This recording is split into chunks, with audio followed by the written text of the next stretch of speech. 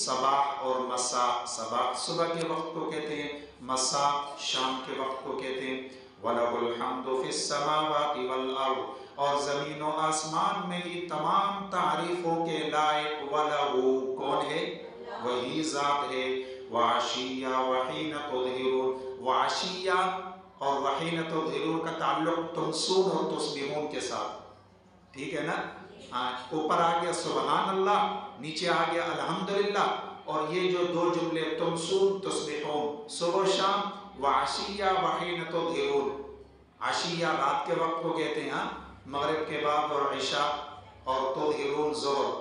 بعض مفسرین کہتے ہیں کہ بھئی مقصد یہ ہے کہ اور کچھ کرو یا نہ کرو، کم سے کم تمہارا دل اور تمہارا زبان، تمہاری زبان صبح شام اللہ کے ذکر سے غافل نہ ہو، کوشش کیا کریں گاہی بگاہی، ٹھیک ہے۔ اور بعض مفسرین کہتے ہیں کہ یہاں بھی جیسے کہ پہلے بھی آپ پڑھ چکے ہیں، تو یہاں بھی 5 نمازوں کی طرف اشارہ ہے، 5 نمازوں کی طرف اشارہ ہے ان آیات میں۔ فسبحان اللہ، بعض مفسرین کہتے ہیں کہ اگرچہ اس وقت تک نماز فرض نہیں ہوئی تھی، لیکن پہلے سے گویا کہ ان آیات میں اشارہ مل گیا کہ آنے والے وقت میں یہ 5 اوقات مسلمانوں کی عبادت کے لیے کیا کیے جائیں گے۔ اب دیکھو یہاں وضاحت نہیں ہے لیکن اشارہ ہے، لیکن کیا ہے؟ جیسے تمسون کس کو کہتے ہیں؟ شام کو، مراد عصر کے بعد کا وقت، ٹھیک ہے۔ اور تسبیحون کس کو کہتے ہیں؟ صبح، ظاہر بات ہے فجر کا وقت مراد ہے۔ اور عشیہ یعنی مغرب کے بعد کے وقت، مغرب کے بعد سے لے کے جو رات تہجد تک کا وقت ہے نا، اس کو عشاء کہتے ہیں۔ اس لیے مغرب کے بعد، حضور کے زمانے میں رواج تو یہ تھا کہ مغرب کے بعد کھانا کھایا جاتا، پھر عشاء کی نماز پڑھی جاتی، پھر آرام کیا جاتا۔ تو مغرب کے بعد سے لے کر جو تہجد تک کا وقت ہے اس کو کیا کہتے ہیں؟ عشاء۔ اور اسی لیے رات کے کھانے کو بھی عشاء کہا جاتا ہے، زبر کے ساتھ۔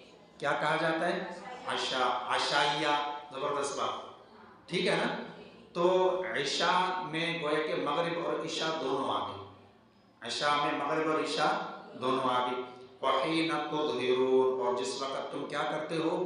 دوپہر کرتے ہو، تظہرون ظہر کا وقت، تو 5 نمازوں کی طرف اشارہ آ گئی۔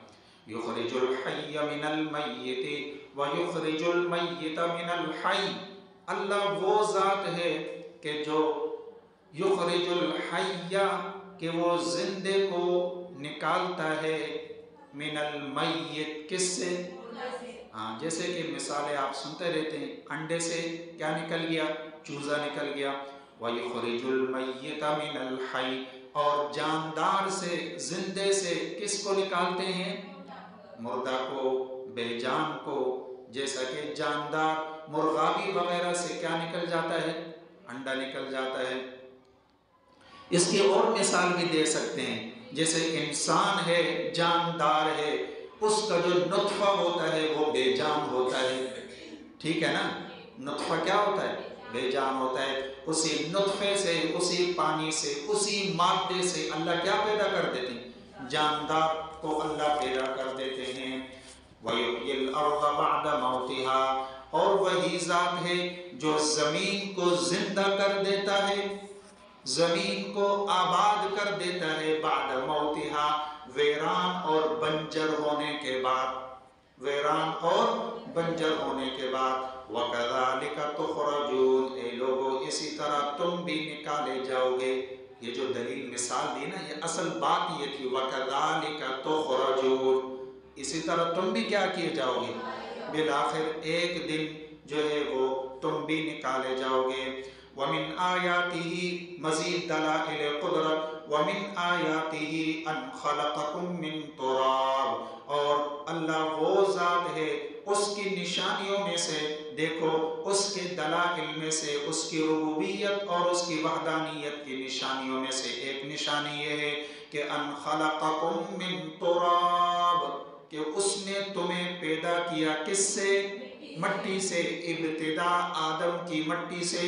ثم اذا انتم بشر، پھر تمہیں بنا دیا بشر، انسان بنا دیا، جاندار بنا دیا، تنتشرون، کہ تم زمین میں چلتے پھرتے ہو۔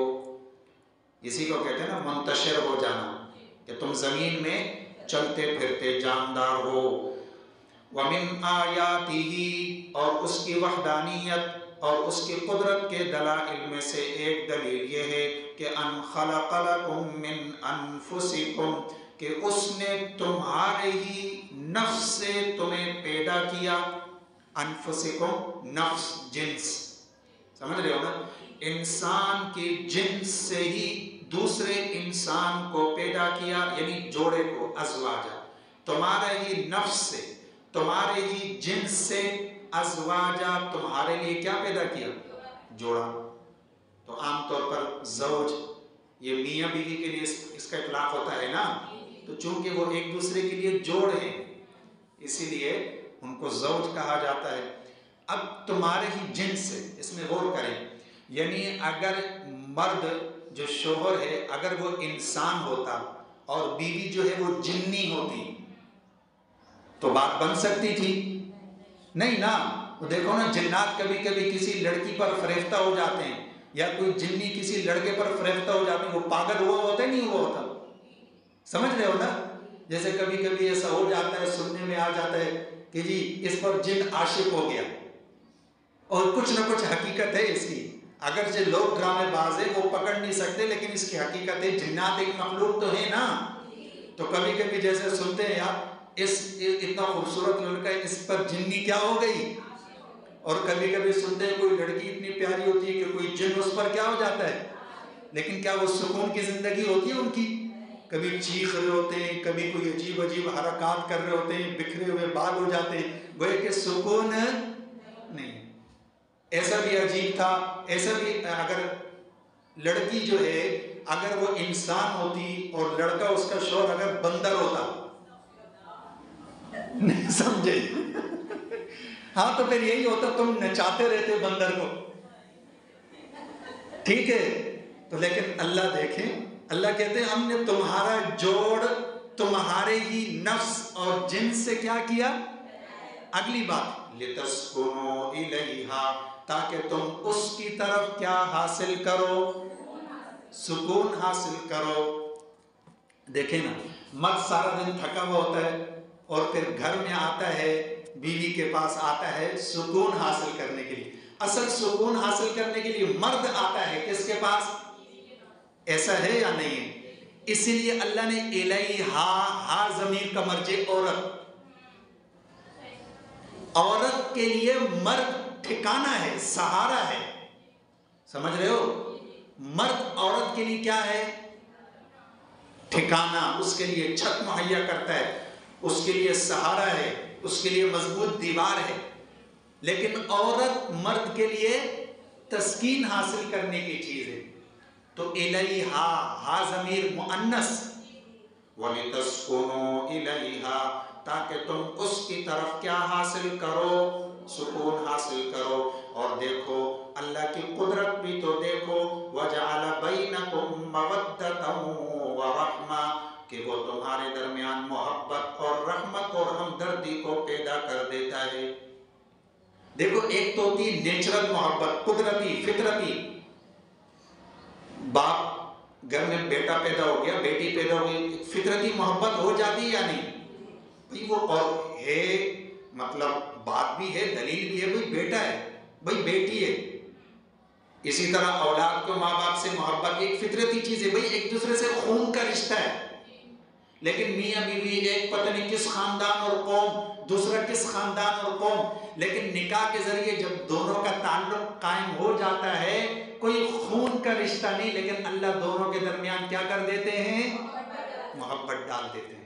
یہی اللہ فرما رہے وَجَعَلَ بَيْنَكُمْ مَوَدَّةً وَرَحْمَةً اور وہ تمہارے درمیان محبت اور اس نے تمہارے درمیان محبت اور ہمدردی پیدا کر دی. نہیں سمجھے؟ ہاں. اب دیکھو حدیث میں یہ بھی ہے اب غضب یعنی سب سے جو مقبوض ترین چیز ہے اللہ کی نظر میں وہ کیا ہے؟ طلاق. کیا ہے؟ مقبوض ترین اور ناپسندیدہ ترین چیز کیا ہے؟ لیکن دوسری جگہ قرآن میں ہی اللہ نے فرمایا ہے سورہ نساء میں کہ بھئی جب بات نہیں بن رہی میاں بیوی کے درمیان جب بات نہیں بن رہی اختلافات اتنے حد سے بڑھ گئے کہ خاندان کے بڑوں نے بھی کوشش کر لی جب محبت پیدا ہی نہیں ہو رہی تو اللہ بھی فرماتے ہیں کہ دونوں کیا کر دو، ختم کر دو تعلق۔ اللہ اس کے لیے اور انتظام کر دے گا، اس کے لیے اور انتظام۔ یہ پڑھا ہے یا نہیں پڑھا آپ نے؟ پڑھ چکے ہیں آپ لوگ۔ تو دیکھیے اصل رشتے کا مقصد کیا ہے؟ آپس کی محبت۔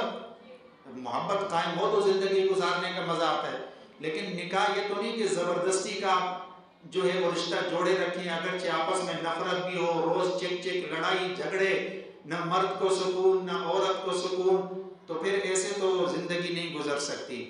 وَجَعَلَ بَيْنَكُمْ مَوَدَّةً وَرَحْمَةً، اور وہ تمہارے درمیان مودت اور رحمت کو پیدا کر دیتا ہے۔ إِنَّ فِي ذَلِكَ لَآيَاتٍ لِقَوْمٍ يَتَفَكَّرُونَ، بے شک ان تمام باتوں میں نشانیاں ہیں غور و فکر کرنے والوں کے لیے۔ وَمِنْ آيَاتِهِ خَلْقُ السَّمَاوَاتِ وَالْأَرْضِ، اور اس کی قدرت کی نشانیوں میں سے ایک نشانی زمین و آسمان کی تخلیق۔ خلق السماوات والارض، زمین و آسمان کی تخلیق۔ واختلاف السنتکم، اور تمہاری زبانوں کا اختلاف۔ عجیب قدرت نہیں ہے؟ لوگ پیدا ہوتے ہیں اور جہاں رہ رہے ہوتے ہیں اسی کے مطابق وہ بولی بولنے لگ جاتے ہیں، نہیں سمجھے؟ یہ کوئی ان کو کوئی سکھا تو نہیں رہا ہوتا نا۔ لوگوں کے دنیا میں کتنی ہزاروں زبانیں بولی جا رہی، یہ سب اللہ کی قدرت کے دلائل۔ ہزاروں زبانیں، یعنی کیا انگریزی، عربی، اردو، فارسی ہیں، اس کے علاوہ چھوٹی چھوٹی یعنی روسی زبان، چینی زبان، اور اس کے علاوہ ہر ملک کی چھوٹی چھوٹی پھر الگ زبانیں۔ جیسے ہمارے ملک میں اصل قومی زبان اردو، لیکن ہمارے ملک کے اندر کتنی زبانیں بولی جاتی ہیں؟ پنجابی ہے، سرائکی ہے، پشتو ہے، بلوچی ہے، گلگتی ہے، اور بے شمار زبانیں ہمارے ملک کے اندر الگ بولی جاتی ہیں۔ تو اس طرح وَاخْتِلَافُ أَلْسِنَتِكُمْ، اور تمہاری زبانوں کا اختلاف، وَأَلْوَانِكُمْ، اور تمہاری رنگتوں کا اختلاف، یہ بھی قدرت ہے اللہ کی۔ دیکھو کہیں گورے، اور پھر گوروں میں بھی مختلف گوری رنگتیں، کہیں کالے اور پھر کالوں میں بھی مختلف کالی رنگتیں، کہیں گندمی رنگت جیسے ایشیائی لوگ، کہیں ڈارک سانولے، کہیں لائٹ سانولے، یعنی عجیب و غریب اللہ نے بے شمار اپنی مخلوق کی ایسی تقسیم کر دی کہ مختلف رنگتوں میں اللہ نے ان کو بنایا۔ یہ بھی اللہ کی قدرت کے دلائل۔ ان فی ذلک لآیات للعالمین، بے شک اس میں نشانیاں ہیں جہان والوں کے لیے، دانشمندوں کے لیے۔ ومن آیاتہ منامکم باللیل والنہار، اور اس کی قدرت کی نشانیوں میں سے ایک نشانی منامکم باللیل والنہار وابتغاؤکم من فضلہ، کہ راتوں اور دن کے آرام، وابتغاؤکم من فضلہ، اور تمہارے لیے اس کا فضل، اس کی فضل کی تلاش، رب کی طرف سے جو تمہارے لیے فضل ہے، رزق ہے، اس کی تلاش۔ ان فی ذلک لآیات لقوم یسمعون، بے شک اس میں نشانیاں ہیں ان لوگوں کے لیے جو سنتے ہیں۔ ایک تو رات کا نیند باعث سکون، یہاں ہلکا سا نہار ذکر کیا، دن کے قیلولے کی طرف اشارہ کیا، سمجھ رہے ہو نا؟ اچھا آپ ایک اور بات غور کرو، لیل کہتے ہیں پوری رات کو، اور پوری رات سونا چاہیے، اس کے مقابلے میں پورے دن کو یوم کہتے ہیں۔ بات سمجھ رہے ہو؟ پورے دن کو کیا کہتے ہیں؟ یہاں یوم نہیں کہا، کیونکہ دن کے ایک حصے میں قیلولہ کیا جاتا ہے، تو دن کے ایک حصے کو نہار کہتے ہیں، دن کے ایک حصے کو نہار کہتے ہیں۔ اور یہ تو میڈیکل میں بھی ثابت ہے، جو اللہ کے نبی نے 1400-1500 سال پہلے جو سنت جاری کی کہ کم سے کم دن کے وقت کچھ نہ کچھ کیا ہونا چاہیے؟ قیلولہ، 1 گھنٹے کا بھی۔ لیکن یہ ان لوگوں کے لیے جو فجر کو جاگتے ہیں، جو ماشاءاللہ سے 11 بجے جاگ رہے اور 12 بجے ناشتہ کر رہے ہیں، تو کیا وہ قیلولہ کریں گے؟ وہ کیسے کریں گے؟ تو بہرحال اصل اللہ نے تمہارے لیے رات کو پیدا کیا نیند کے لیے، والنہار، اور دن کو قیلولے کے لیے، اور اسی کا تم فضل تلاش کرتے ہو۔ ان فی ذلک لآیات لقوم یسمعون، وما علینا الا البلاغ۔